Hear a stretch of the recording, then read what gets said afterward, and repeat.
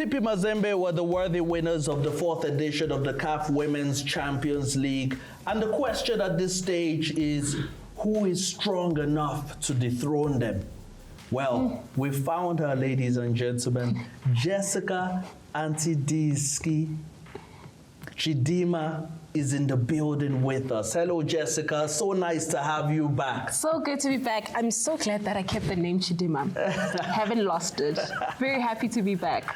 So, Jessica, tell us what's going on in the women's game, because every time you're around, I know there's something to look forward to. Yeah, definitely. There's always something happening around the world with women's football, but now we shift the focus to continental football. We know that CAF Champions League, CAF Women's Champions League is approaching, and obviously the qualifiers for that have already started taking place.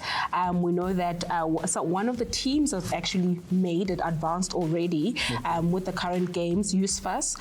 Of Mali. Debutantes, are they? You know, you always laugh at me when I talk about debutantes, but this is exactly what I be talking about. It's always new. It's always refreshing to see new raw talent and regions that, you know, are really taking the investment in women's football more serious, you know, because we want to see these new names. We want to see these new teams coming in. And I think this team is one team, looking at the scores that they've already been getting, I think this is a team that is going to really give some of the teams that are going to advance a run for their money.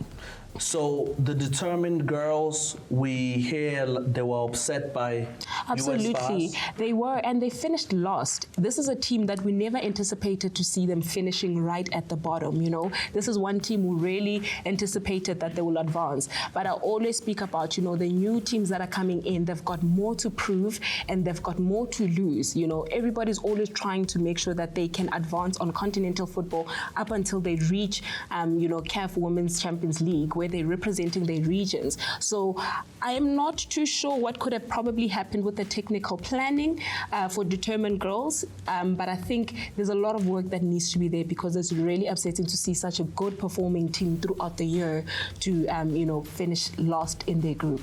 So let's talk about the COSAFA region. What's happening there? COSAFA region, exciting times.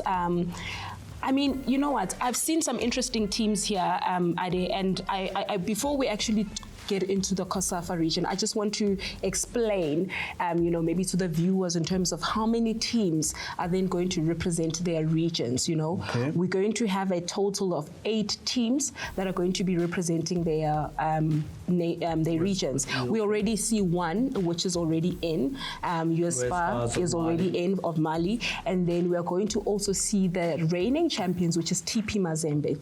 So those 2 teams already have qualified, and then the other team that's going to qualify is the host. So 3 teams now have qualified, and now we're going to wait for the 5 nations that are, or regions or teams that are representing their regions to advance. And let's make an example, you know, to say Mamelodi Sundowns and UWC. We saw Mamelodi Sundowns and UWC representing the COSAFA region in the last Champions League. That was due to the fact that the previous year, Mamelodi Sundowns were the reigning champions, therefore they got a buy-in in essence. And then the first team that then won the league in the COSAFA region was then UWC. We saw it happening with TP Mazembe as well now. ASFAR as well had the same situation with Casablanca altogether, and that was because ASFAR were the reigning champions. So going back to COSAFA, okay, super excited.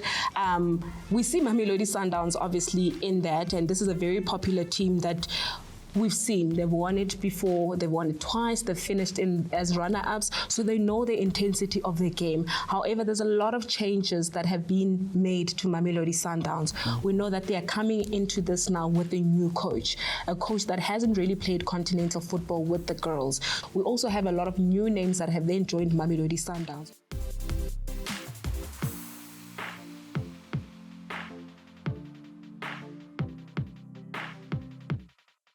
We need to now see if these new players can now create some synergy with the pieces of experience that are here. Because if we're looking at the core team, the players that were participating in the first and the second CAF that Mamelodi Sundowns walked away with the win are not going to be part of the squad. So this is going to be very interesting to see how Mamelodi Sundowns is coming in, and obviously everybody's going to be targeting Mamelodi Sundowns, knowing how well they do in this tournament.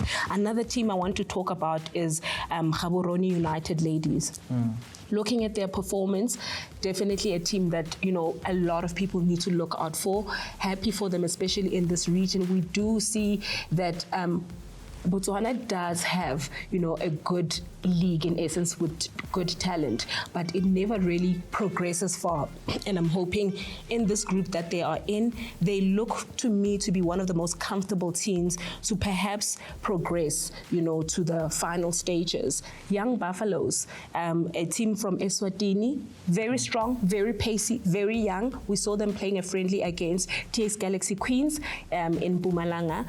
We've identified some players who we know are definitely going to come here, guns blazing, and making sure that they advance. But I'm super excited for this COSAFA region to see who advances. Wow, so am I. Now in the WAFU B qualifiers, it kicks off today. It goes up to the 4th of September in the Ivory Coast. Do you have any expectations there? You know what, for me, I think I've been hoping to see a lot of action from the Ivory Coast, because we know they produce quality and they produce stars. So for me, I think definitely ASAC Mimosas will definitely be a team that I'm looking forward to seeing what they can definitely deliver. All right, thank you so much, Jessica. Oh, so excited to see you. And next week, she will be back giving us more on those regions, the COSAFA region, the WAFU B region, the UNAF qualifiers, the CICAFA, all those regions have qualifiers going on. And next week, we'll be bringing you our exclusive on all the matches that happened in that region. Well, stay put, because our Chan Talk continues. Don't go anywhere.